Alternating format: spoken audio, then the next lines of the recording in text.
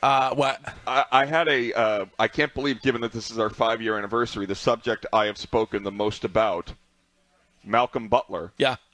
We almost had another Malcolm Butler moment, but in the Olympics semifinals, Steve Kerr benching Tatum. Oh, yes. Could have been the equivalent. It could be.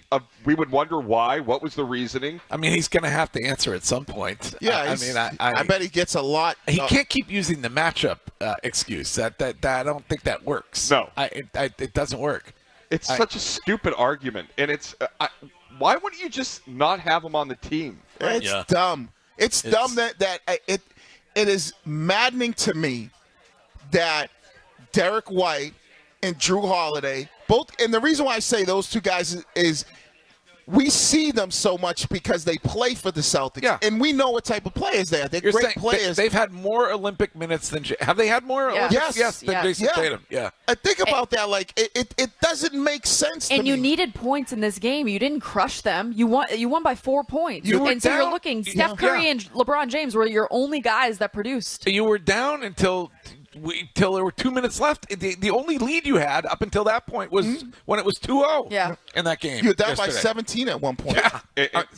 Question for you. If you are Serbia, would you rather beat the Americans and lose the gold or not play the Americans and win a gold? Beat the Americans. I'd rather beat the Americans. Be the silver winner and then lose the gold medal game. Yeah, that would have been. Would that have been the biggest upset in basketball history?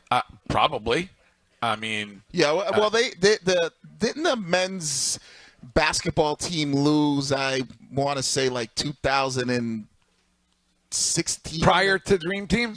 No, 2016. Yeah, like the Carmelo Anthony, and I thought there was a year that they didn't win gold. Yeah, I thought there was a year, and then that's when. Like maybe when LeBron was younger, so I'm not 100% sure. I think you're right. I think there was a year they didn't win the gold. I don't remember. And everybody was like, "Oh my God," and I think it was like around the Carmelo time when he was like, at the height of his career in the NBA. This is Deshaun from Portland, Maine. By the way, since we're thanking people and celebrating 5 years, I want to thank everybody who listens to us up in Maine.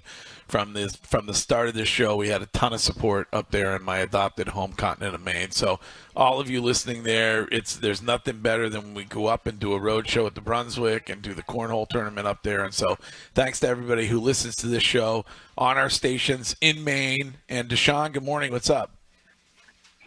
Good morning. Definitely best radio station, not only in New England, but probably the East Coast. So thank you guys. Just kind of elaborating a little bit on what Wiggy's lead was. I think personally, I would like to thank Steve Kerr and the U.S.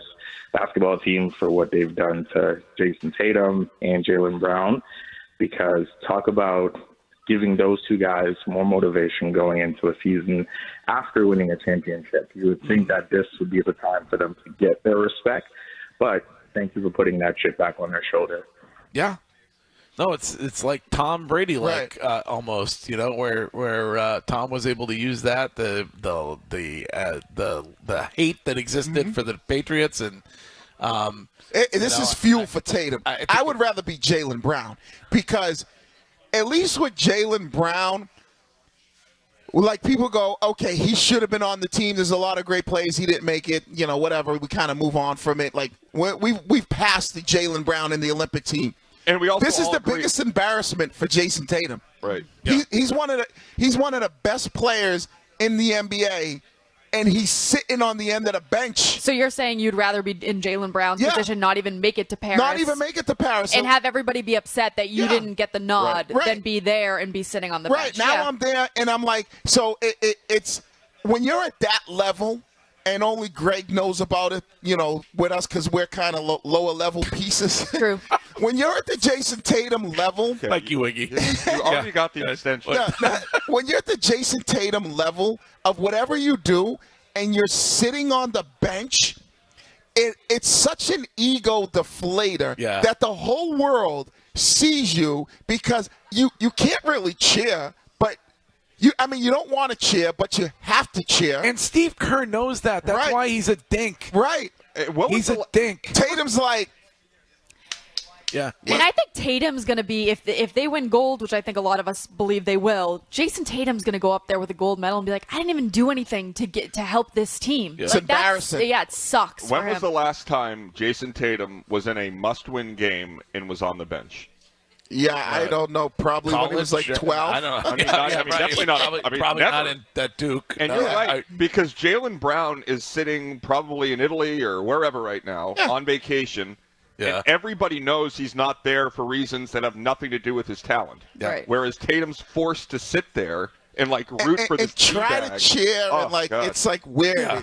It's I awful. couldn't imagine that. But hopefully they are able to use it. And we'll be able to. He will. We will, in 10 minutes, we'll be able to talk to Whit Grousbeck about this.